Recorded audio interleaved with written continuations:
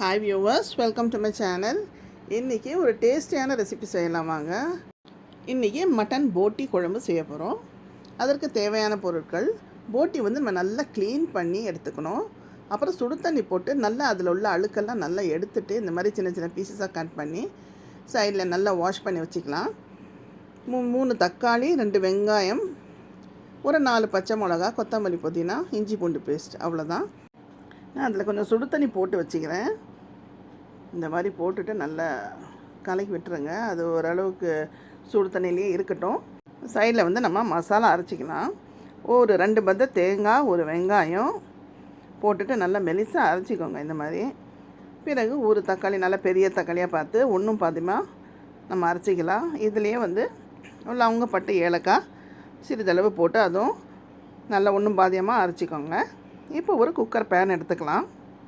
அந்த குக்கர் பேனில் நம்ம கட் பண்ணி க்ளீன் பண்ணி வச்சுருக்கிற அந்த போட்டி துண்டுகளை அதில் போட்டுடுவோம். அதிலே சிறிதளவு மஞ்சள் தூள் போட்டுட்டு ஒரு கிளாஸ் தண்ணியை போட்டுக்கலாம்.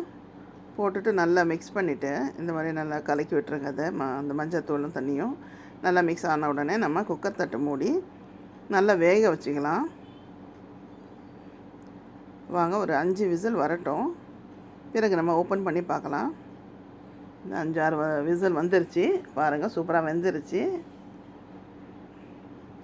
பாருங்கள், நல்லா வெந்துருச்சு.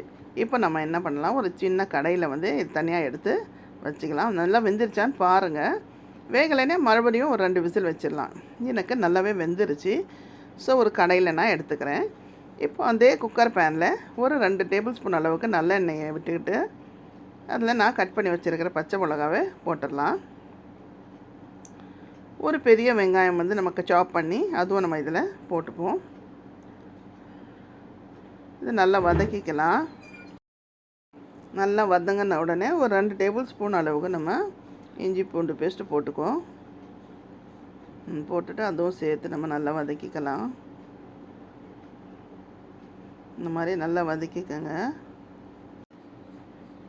நல்லா வதங்கின உடனே ஒரு பெரிய தக்காளி வந்து நமக்கு சாப் பண்ணி போட்டுக்கலாம். அதில் போட்டுட்டு அதுவும் சேர்த்து நம்ம நல்லா அந்த வெங்காயத்திலேயே ஃப்ரை பண்ணிடலாம்.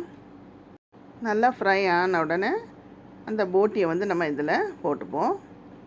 போட்டுட்டு நல்லா அந்த மசாலாலே நல்லா வதக்கிக்கலாம். இந்த மாதிரி நல்லா ஃப்ரை பண்ணிக்கோங்க. ட்ரையாகவே இருக்கட்டும்.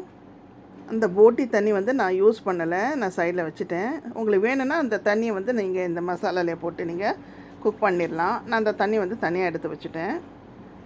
பிறகு நம்ம அரைச்சி வச்சுருக்கிற பேஸ்ட் வந்து தேங்காய், வெங்காயம், தக்காளி, லவங்கப்பட்டை, ஏலக்காய் பேஸ்ட் வந்து நம்ம இதில் சேர்த்துக்கலாம். இந்த மாதிரி சேர்த்துட்டு நல்லா மிக்ஸ் பண்ணி கொதிக்க விடுங்க. அதில் கொத்தமல்லி தலையை வந்து நம்ம சிறிதளவு கட் பண்ணி அதுவும் அதில் சேர்த்துக்கலாம். அதில் நமக்கு தேவையான அளவு உப்பு சேர்த்துக்கோங்க.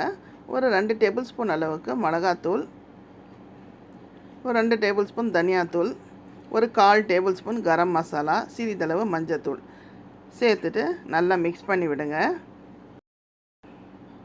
இந்த மாதிரி நல்லா மிக்ஸ் பண்ணிக்கோங்க.